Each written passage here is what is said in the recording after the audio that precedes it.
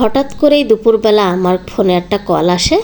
আমি যেয়ে দেখি আমার বান্ধবী কল করছে, বললো আমি ঢাকায় আসছি, তুমি আমার সাথে দেখা করো। তখন দুপুর 12টা বাজে। তো আমি বললাম এখন রান্না বান্না করবো, এখন কিভাবে দেখা করব, তোমরা বাসায় চলে আসো। সে প্রথম আসতে চাচ্ছিল না, আমি জোর করে বললাম চলে আসো, সমস্যা নেই। তো ওই মুহূর্তে আমি কী দিয়ে কী করবো, আমার হাজব্যান্ড বাসায় নেই। তারপরেও আমার বাসায় যা ছিল আমি তাই দিয়ে কিছু আয়োজন করেছি, কী কী সেটা দেখাবো। তো প্রথমে ওদের নাস্তা দিয়েছি বিস্কিট, তারপরে হচ্ছে এখানে আঙ্গুর ফল, তারপর কমলা আর কলা। এটাই ছিল আমার বাসায়, যা ছিল আমি সেটা দিয়েই চেষ্টা করেছি ওদের আপ্যায়ন করার জন্য। আর রান্নাবান্না অলরেডি কমপ্লিট করে ফেলেছি। এখানে আমি ট্যাংরা মাছ দিয়ে, লাউ দিয়ে, বড়ি দিয়ে রান্না করেছি, সালাদ কেটেছি, এখানে হচ্ছে ইলিশ মাছ ভেজেছি, তারপরে হচ্ছে বেগুন ভাজি করেছি, এখানে পুঁইশাকের ফল ভাজি করেছি, আর হচ্ছে মুরগি রান্না করেছি।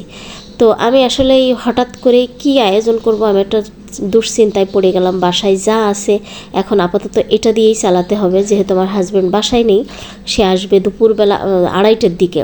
তো একটা টেনশন কাজ করে। তা আমি বললাম যা আছে বাসায় তাই দিয়েই হচ্ছে যা পারি সেটা আয়োজন করে ফেলি। তো ওরা হঠাৎ করে আমার বাসায় আসার কারণ হচ্ছে ওরা কক্সবাজার যাচ্ছে, আমার বান্ধবী, ওর হাজব্যান্ড আর 2 বাচ্চা, 2 ছেলে।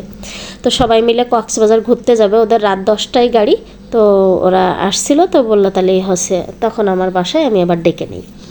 যাই হোক, যাই চেষ্টা করে আয়োজন করেছি, ভালো লেগেছে। কারণ আমরা দূরে যারা থাকি, বিশেষ করে ঢাকা শহরে বা দেশের বাইরে, যারা যেখানেই দূরে থাকুক না কেন, এলাকার মানুষ বা পরিচিত বা কেউ আসলে খুবই ভালো লাগে। তো আমার বান্ধবীর হাজব্যান্ড বলতেছে তোমাকে কষ্ট দিয়ে গেলাম। কি বলেন কষ্ট, এটা কষ্টের কী আছে, এটা ভালো লাগা কাজ করে। যেহেতু আমরা দূরে থাকি, কেউ আসলে এটা খুব মানে খুশি পাই, যেহেতু লোকজন কম আমাদের, তো কেউ আসলে তো খুব ভালো লাগে, কিসের কোনো কষ্ট নেই, আমি আরও খুশি হয়েছি। যাই হোক, তারা খুশি হয়েছে, ওরা চলে গেছে। তারপরে আমার মেয়েকে আবার একটু নাস্তা দিলাম। আমি একটু পপকর্ন ভেজে খেয়েছি, তো দেখলাম মেয়েও আমার সাথে খাচ্ছে, ও পপকর্নটা একটু কম পছন্দ করে। তো এখন ওর নাস্তা দিয়ে দেব। ওর হচ্ছে দিয়েছে আমি ডিম, তারপরে বিস্কিট, একটা রোল, সাথে হচ্ছে কমলা। তো এখন ওর নাস্তাটাও করে নিবে। তো আসলে 12টার সময় রান্নাবান্না করতে আমার একটু কষ্ট হয়ে গেছে। ধরো 12টায় জানতে পারছি ওরা পরপরই বাসায় আসবে, ওইটুক টাইমের মধ্যে একা হাতে সব কিছু রেডি করে রান্না করা একটু টাফ। তারপরেও ইনশাল্লাহ করে ফেলেছি, আল্লাহর রহমত ছিল। আর আমার মেয়ে এখন পড়তে বসছে বলতে, ওর বাবা বাসায় আসলে সে তার বাবাকে পড়তে বসায় প্রতিদিন।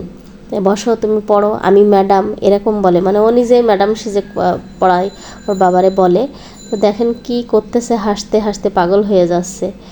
তো আসলে এই বাচ্চা কাচ্চা না থাকলে মানে খুশি থাকাটা খুব টাফ হয়ে যায়, কারণ ওদের নিয়ে ওরা যে তাল বাহানা করে, আসলেই খুব ভালো লাগে। যাই হোক, এটাই ছিল আমার আজকের ভিডিও। কেমন লেগেছে সবাই কমেন্ট করে জানাবেন।